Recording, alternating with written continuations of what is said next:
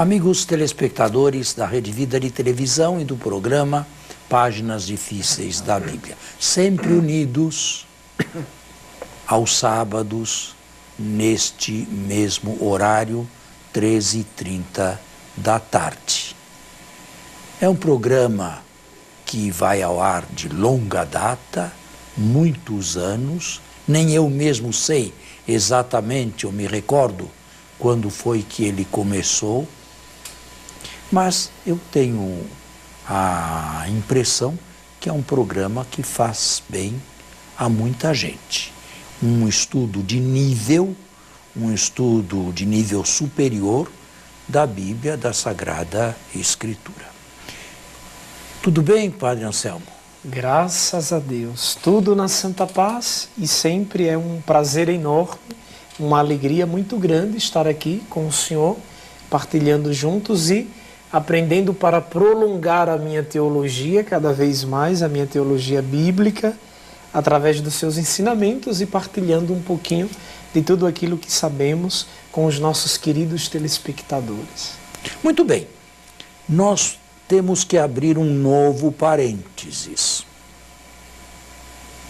O autor da carta aos Hebreus, no seu capítulo 5º, afirma que Jesus elevou orações com grandes gritos e lágrimas a Deus. Certamente ele tinha diante dos olhos esta cena do Getsemane. Só que continua dizendo, e foi atendido por causa da sua reverência. Os evangelistas mostram claramente que não foi atendido. E então, como explicar esta aparente contradição? Alguns quiseram ser radicais. Foram aos manuscritos e afirmaram que no início da tradição manuscrita deveria estar e não foi atendido. Mas, no decorrer da mesma, um escriba escrupuloso, como não foi atendido? Deus não foi atendido? Retirou imediatamente o não do texto. Esta explicação é fraca. Ela cai por terra porque nós não conhecemos nenhum manuscrito da carta aos Hebreus onde esteja escrito e não foi atendido. Todos os manuscritos da carta aos Hebreus dizem ele foi atendido. Portanto, do ponto de vista da crítica textual, cai por terra esta negação. Como explicar o fato? Alguns o explicam da seguinte maneira, e eu vou ser rápido para não tomar muito o nosso tempo. Quando Jesus começou a rezar, ele começou a rezar com toda a sua natureza humana, com o susto, com a confusão, com a angústia e apavorado. E realmente ele pediu que a hora se afastasse dele, que não sobreviesse a ele essa hora aí. Mas foi lendo no silêncio de Deus, ao repetir as mesmas palavras, diz o texto aqui que nós já lemos, que Deus não iria atendê-lo. E então foi acrescentando, não a minha, mas a tua vontade seja feita. Isto é, a atitude de Jesus se foi modificando do início para o meio e o fim da oração. No início da oração, a natureza humana de Jesus falava mais alto. No meio e no fim, ele cedeu e aceitou plenamente a vontade de Deus. E realmente nós não vemos mais esta agonia em todo o resto da paixão, Jesus lutando para que a hora se afastasse dele. Isto foi apenas nesse momento aqui. Joaquim Jeremias, um exegeta famoso, protestante, mas bem conceituado e de muito conteúdo, nos dá a seguinte opinião. Ele não foi atendido no sentido que Jesus sofreu realmente a paixão. Mas esta era a sua primeira afirmação. Indo mais a fundo, Joaquim Jeremias se modificou e disse que ele foi atendido, sim, mas em que sentido ele foi atendido? No sentido de pedir a própria vitória. E nesse sentido ele foi atendido, pedindo a própria vitória. Acontece, porém, que uma leitura atenta do texto não mostra Jesus pedindo a própria vitória. Mostra um Jesus angustiado, apavorado, medroso. Como é que esse Jesus pede a própria vitória? Ele não pede a própria vitória, ele pede para escapar daquele momento terrível em que ele se encontrava. Joaquim Jeremias vai mais adiante. Ele foi atendido, mas ele foi atendido num outro nível, num nível superior. Sempre para explicar a carta aos Hebreus, e foi atendido.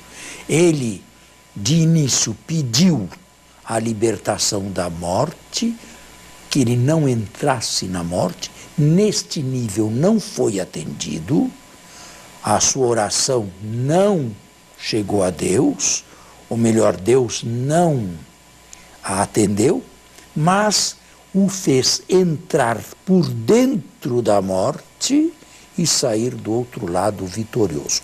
Neste sentido mais amplo e mais elevado, Jesus foi atendido. Padre, o leitor, o nosso amigo, irmão telespectador, atentamente observando a sua explicação, ele poderia chegar a um questionamento, sobretudo quando o senhor pontuou o grau da evolução da oração e do pedido de Jesus. No início, um pouco mais estreito, depois se enlarguecendo. No início, um grito mais humano, depois espiritual. Deus em evolução? Isso combina? Deus em evolução? Não, o homem em evolução. O homem Jesus em evolução. A natureza humana de Jesus em evolução. Isto sim, isto combina perfeitamente com Jesus homem. Verdadeiro homem. E é neste sentido que o evangelista descreve a paixão. Não um Deus sendo pregado na cruz, mas um homem sendo... De resto, o cristianismo não é a religião de um homem Deus, é a religião de um Deus que se fez homem. Certo? Então, esta é a explicação que dou, mas eu precisaria acrescentar uma outra coisa. Jesus, no final da sua oração angustiante, apavorada e solitária, entregou tudo nas mãos de Deus e no final não queria mais outra coisa a não ser a vontade de Deus. A oração tem o poder de modificar não Deus, mas modificar o ser humano. Tem esse poder aqui. Sim. Eu começo num nível e depois vou me modificando à custa de rezar e, sobretudo, de uma oração angustiante. Certo? Agora, é preciso tomar cuidado. Jesus apresentou a sua prece a Deus, a sua angústia a Deus, com uma mão, mas não levantou com a outra exatamente, e sobretudo no final da oração, a solução que ele entrevia. Esta mão aqui, que de início estava elevada, afasta de mim esta hora, foi cedendo, cedendo, cedendo, e no fim ficou apenas esta: se não for do teu agrado, que esta hora venha sobre mim. E nós devemos aprender com Jesus também a oferecer os nossos sofrimentos, os nossos tormentos a Deus, mas não com a segunda mão a nossa solução. O problema é este e a solução é esta. Isto não é rezar com atenção e com reverência. Isto é querer torcer o pescoço de Deus. E isto não se faz nem com a oração. Ele não nos atende desta maneira. Ele não nos atende sob pressão. Deixemos que Ele mesmo nos dê a solução como, quando e de que forma Ele quiser. Vamos fazer um intervalo e já voltamos. Anselmo, estamos no segundo bloco. Eu fui bem claro? Alguma pergunta, alguma intervenção? Ou podemos continuar?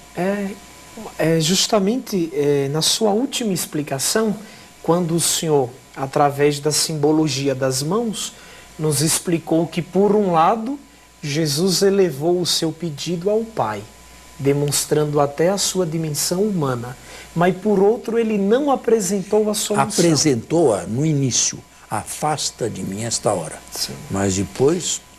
Depois ele retirou.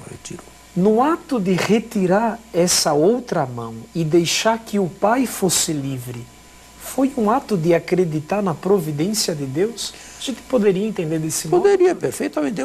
Jesus se entregou inteiramente nas mãos de Deus. E interessante, eu já disse, mas repito, a esta cena aqui, nós damos o nome de agonia. Depois, durante todo o resto da paixão, desaparece a luta de Jesus com Deus. Padre, por que é que o quarto evangelista não descreve esse momento de agonia tão assim, prontamente? Porque ele tem uma outra visão. Porque ele tem a visão da divindade de Jesus. Então o quarto evangelista, quando resolveu compor a sua obra, ele tinha muito mais ferramentas cristológicas do que Marcos? Ele tinha mais teologia do que propriamente história. Ele não foi infiel à história. Os fatos nus são os mesmos, mas ele foi a fundo na cristologia elevada, na cristologia alta. Antes, já estamos quase encerrando este texto aqui, não é? Mas antes de encerrá-lo, eu queria dizer uma coisa. Esta cena do Getsemane se tornou uma cena escandalosa para a igreja. E por quê?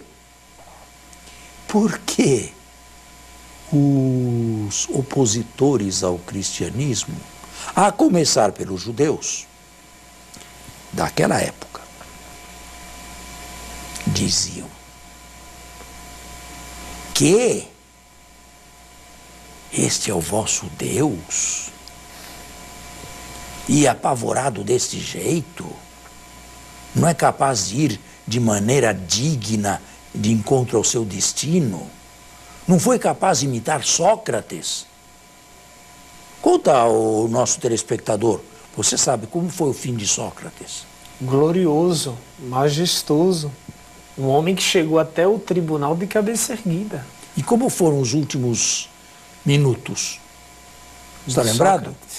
É. Filosofia está um pouquinho atrasada na minha cabeça. Pois é, Platão quem nos diz. Senhor disse até o último momento, deu todas as instruções a seus discípulos, o que deviam e o que não deviam fazer. Depois de tudo decidido e organizado, tomou com segurança as mãos no cálice da cicuta, o bebeu de uma vez só até o fim e pediu para que o pusessem na cama e o cobrissem. E assim morreu. E Jesus, olha aqui. Humanamente falando, uma vergonha. Olha aqui, uma cena escandalosa. Como resolver isso? Como resolver? Talvez duas concepções diferentes da morte. Para Platão, que descreveu a morte de Sócrates, a morte é uma libertação da alma com relação ao corpo mortal, com relação à matéria. Para um semita, a morte é uma destruição. Mas aqui se vê também que esta cena não foi inventada. Foi uma cena dura e difícil, um osso duro para a igreja das 2, 3 primeiras gerações aceitarem. O Filho de Deus, o Senhor do Universo, viver e lutar com a morte desse jeito. Quando outras pessoas que jamais aspiraram à divindade foram tranquilas de encontro a ela própria. Quero apenas dizer que o texto não foi inventado. Nos sinóticos ele é múltiplo atestado? Não tenha dúvida nenhuma. Paulo e João não Paulo não descreve a paixão de Jesus. João fala o contrário, que Jesus se entrega livremente porque ele quis. Certo? Continue agora a leitura. Paramos no verso 39? Eu não sei. E afastando-se de novo, orava dizendo a mesma coisa. Uma ladainha. E ao voltar de novo, encontrou-os dormindo, pois seus olhos estavam pesados de sono. E não sabiam que dizer-lhe. Vindo pela terceira vez, disse-lhes: Ironicamente. Dormi agora e repousai. Basta. Esse basta aqui é uma palavra grega dificílima de ser traduzida. Aperrei. Pronto. Tudo consumado. Eu traduziria: o preço já foi pago. Isto é, a máquina infernal que iria consumir Jesus já estava em andamento. Aperrei. Uma palavra difícil de ser traduzida, repito. Mas aqui foi traduzida de uma maneira leve, de uma maneira suave. O valor mais aproximativo, a tradução mais aproximativa, a meu ver, é: o preço já foi pago. No sentido de a máquina já está em movimento. E nada mais a segurará. Nada mais a fará retroceder. A hora chegou. Eis que o Filho do Homem é entregue às mãos dos pecadores. Já havia dito isto 3 vezes antes, nas famosas predições da paixão. Mas desta vez sente todo o peso. Como é difícil ser entregue às mãos dos homens. Isto vale para todos nós. Sabe? Quantas vezes caímos nas mãos dos homens? E os homens são cruéis. E os homens não têm dó, não têm piedade. Isto aconteceu com Jesus também, que caiu definitivamente nas mãos dos pecadores. Levantai-vos, vamos. Vamos aonde? Acabou. Toda esta agonia acabou. Eis que o meu traidor aproxima-se. Traidor. Não é a palavra mais, não é a encontros, palavra o senhor mais. falou Traidor significa aquele que trai. Judas não traiu nenhum segredo de Jesus. Ele entregou Jesus. A tradição, as traduções melhor, traduzem aí por traidor, mas é melhor aquele que entregou, aquele que o entregou. Agora, o verbo entregar tem uma valência teológica grande também. Judas entregou Jesus. Pedro também. Não, Pedro não entregou, Pedro traiu, Pedro negou. Negou. Os sinedritas entregaram Jesus a Pilatos. Pilatos entregou Jesus à cruz. Jesus entregou a sua vida nas mãos de Deus. Deus o entregou para todos nós. E nós repetimos este verbo em toda a fórmula da consagração. Na noite em que ia ser entregue. É uma palavra-chave também, que deveria ser escrita e grifada. Então, da entrega de Judas à entrega do Pai a nós. Até a entrega do Pai. Depois do movimento da ressurreição. Exatamente. Profundo isso. Vou tatuar aqui dentro. Faz isso você também. Vai. E imediatamente, enquanto ainda falava, Judas chegou, um dos 12, com uma multidão trazendo espadas e paus, da parte dos chefes dos sacerdotes, escribas e anciãos. Bem, chegou Judas, um dos 12. Em todas as listas de apóstolos, nos evangelhos e nos atos, aparece Judas como último, aquele que entregou Jesus. Padre, se não me falha a memória, João fala de soldados que vieram com Judas. Fala de soldados romanos. Só João. Até que ponto podemos ratificar a presença dos romanos no processo de captura de Jesus? Eu acho, pessoalmente, que João aqui tem a lembrança de alguma coisa verdadeira. Ou seja, que não apenas os judeus estavam interessados em saber quem é Jesus, mas Pilatos também. Pilatos também queria saber quem era Jesus, a ver se era um perigo para Roma, um perigo potencial ou não. E talvez as duas partes tenham colaborado na captura de Jesus. Mas isto é apenas João. Nós temos que encerrar novamente o nosso programa.